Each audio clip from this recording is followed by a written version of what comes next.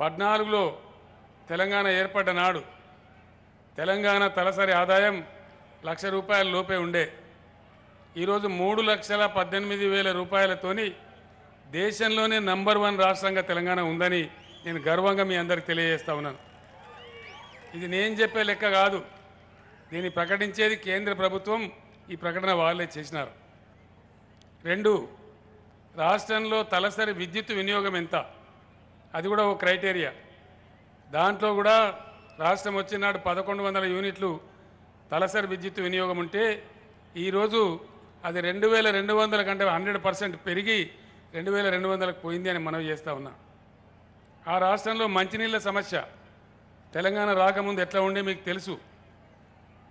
తెలంగాణ వచ్చిన తర్వాత బ్రహ్మాండంగా ప్రతి లంబాడి తండాలో, ప్రతి ఆదివాసీ గూడెంలో, ప్రతి పట్టణంలో, ప్రతి ఇంటిలో, పట్టణాలు అయితే రూపాయికే నల్లా కనెక్షన్ ఇచ్చి బ్రహ్మాండంగా ఇలా ప్రతిరోజు శుభ్రమైనటువంటి పాల లాంటి నీళ్లు మీకు అందిస్తూ ఉంది.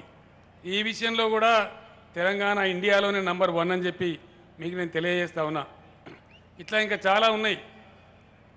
పల్లెల పరిస్థితి, గ్రామాల పరిస్థితి కాంగ్రెస్ రాజ్యంలో ఎట్లా ఉండే, పట్టణాల పరిస్థితి అప్పుడెట్లా ఉండే, ఇప్పుడు ఎట్లా ఉండే, ఎన్ని మార్పులు వచ్చినాయి, అవన్నీ కూడా మీ కళ్ళ ముందరనే ఉన్నాయి. మీ గ్రామంలో, మీ పట్టణంలోనే ఉన్నాయి. నేను ఎక్కడో చెప్పాల్సిన అవసరం లేదు.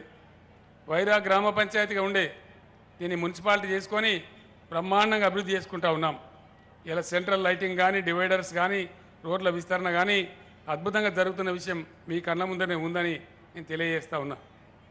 ఇక కాంగ్రెస్ పార్టీ చరిత్ర 50 ఏళ్ళు ఈ దేశాన్ని పరిపాలించింది కాంగ్రెస్ పార్టీ. ఉన్న తెలంగాణ ఊడగొట్టిందే కాంగ్రెస్ పార్టీ. మనం 58 ఏళ్ళు పోరాటం చేస్తే మళ్ళీ మన తెలంగాణ మనకు వచ్చింది. చాలా అవస్థలు పడ్డాం, చాలా కరువుతో ఉన్నాం. భయంకరమైన కరువు,